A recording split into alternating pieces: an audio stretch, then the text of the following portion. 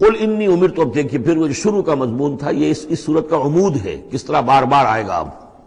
قل انی امرت ان اعبد اللہ مخلصا لہ الدین، کہہ دیجئے اے نبی مجھے حکم ہوا ہے کہ میں اللہ کی بندگی کروں، اس کے لیے اپنی اطاعت کو خالص کرتے ہوں. یہاں میں چاہتا ہوں تھوڑی سی وضاحت کر دوں. دیکھیے عبادت کے آپ یوں سمجھیے کہ ایک عبادت کا ظاہر ہے اور ایک عبادت کی اصل حقیقت ہے.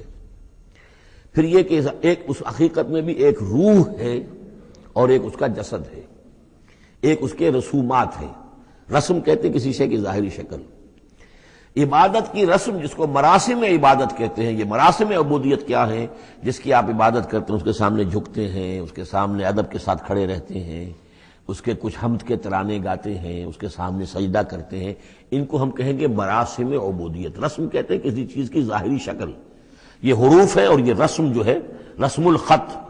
اسی طرح یہ قرآن اور یہ اس کا رسم عثمانی ہے، اس کا لکھا ہوا جانا جیسے کہ یہ رسم ظاہر ہے.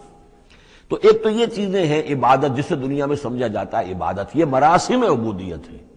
اصل عبادت جو ہے اس کا بھی ایک جسد ہے اور ایک روح ہے.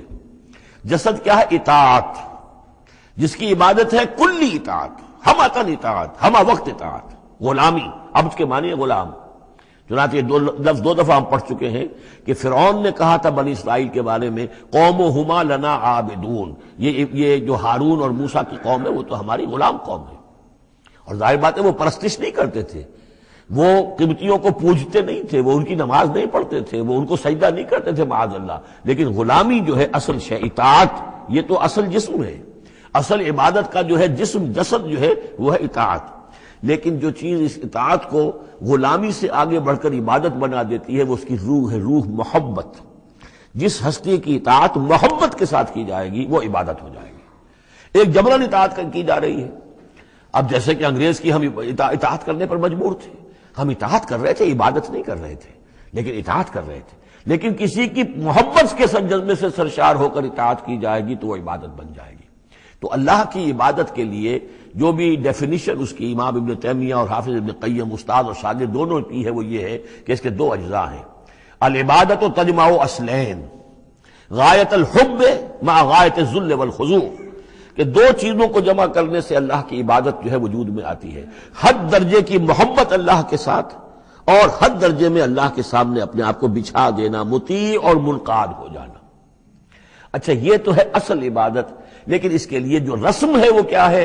کبھی کبھی کھڑے ہو کر کبھی سلیوٹ کر لینا ہے، کبھی ہاتھ جوڑ دینا ہے. اب ہندوؤں کے ہاں ہاتھ جوڑنا ہے، یہ ان کے ہاں کی رسم ہے. قنوت ہے، ہمارے ہاں قنوت ہے، ادب کے ساتھ کھڑے ہونا ہے. کہیں جو جھک جانا ہے، رکوع کرنا ہے، کہیں سجدہ کرنا ہے.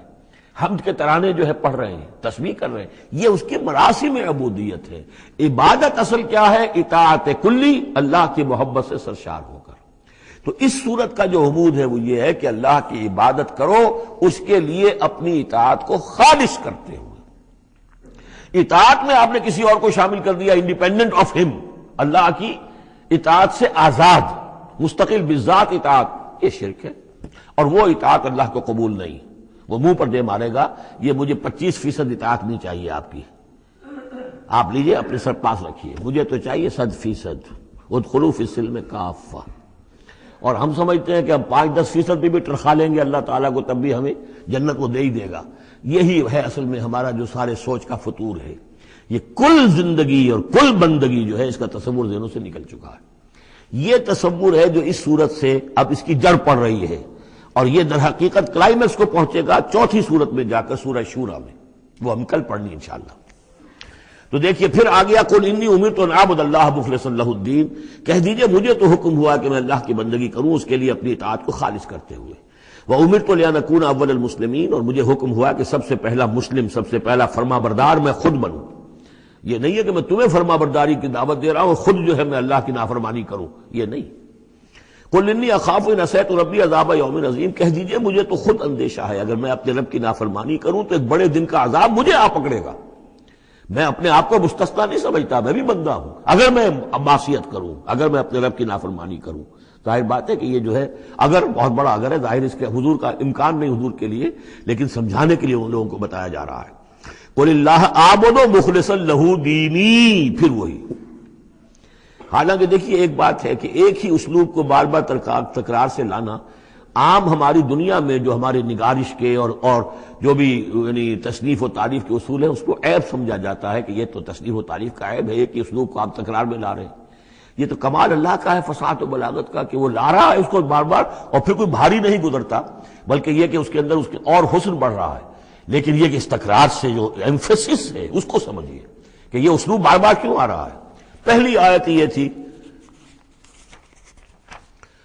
تنزیل الکتاب من اللہ العزیز الحکیم انا انزلنا الیک الکتاب بالحق فاعبد اللہ مخلصا لہ الدین الا للہ الدین الخالص۔ اور اس کے بعد اب آپ نے یہاں دیکھا آیت نمبر 11 قل انی امرت ان اعبد اللہ مخلصا لہ الدین، اور پھر آیت نمبر 14 قل اللہ اعبد مخلصا لہ الدین، کہہ دیجئے میں تو اللہ ہی کی بندگی کرتا ہوں اس کے لیے اپنی اطاعت کو خالص کرتے ہوئے۔ فاعبدوا ما شئتم من دونہ، تو اس کے سوا تم جس کو چاہو پوجو، تمہاری مرضی ہے۔ قل ان الخاسرین الذین خسروا انفسهم، کہہ دیجئے کہ اصل میں تو گھاٹے میں اور نقصان میں اور بربادی میں تو وہی ہوں گے جنہوں نے اپنے آپ کو واہلیہم اور اپنے گھر والوں کو، اپنے اہل و عیال کو خسارے میں ڈالا یوم القیامہ، قیامت کے دن۔ یہاں تو حلوے مانڈے کھلائے، پراٹھے انڈوں کے ناشتے کرائے، لیکن جو جھونک رہے انہیں جہنم کے اندر، تو تم ان کے ساتھ خیر خائی کر رہے ہو یا بدخائی کر رہے ہو؟ خود بھی سارے سیدھے جا رہے ہو جہنم کے اندر اور لے کر جا رہے ہو اہل و عیال کو جہنم کے اندر حرام خوری کر کے، تو یہ ان کی محبت ہے یا ان کی دشمنی ہے؟ قل ان الخاسرین الذین خسروا انفسهم واہلیہم یوم القیامہ، قیامت کے دن جنہوں نے خسارے میں ڈال دیا اپنے آپ کو اور اپنے اہل عیال کو، جیسے کہ ہم آگے چل کر پڑھیں گے سورہ تحریم میں، یا ایھا الذین آمنوا قوا انفسکم واہلیکم نارا، اے ایمان والو بچاؤ اپنے آپ کو اور اپنے اہل و عیال کو آگ سے، جہنم کی آگ سے۔ لیکن جن لوگوں نے اپنے آپ کو آگ کا مستحق بنا لیا، اپنے اہل و عیال کو، ان سے بڑا گھاٹے میں کون ہوگا؟ الا ذالک هو الخسران المبین، آگاہ ہو جاؤ یہ تو کھلی گمراہی ہے اور کھلا گھاٹا ہے اور نقصان ہے۔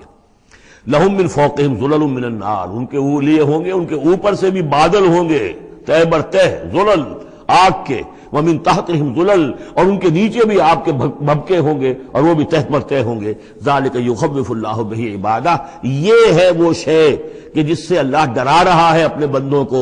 یا عباد فاتقون، اے میرے بندو پس ڈرو، بچو، اس آگ سے اپنے آپ کو بچانے کی کوشش کرو۔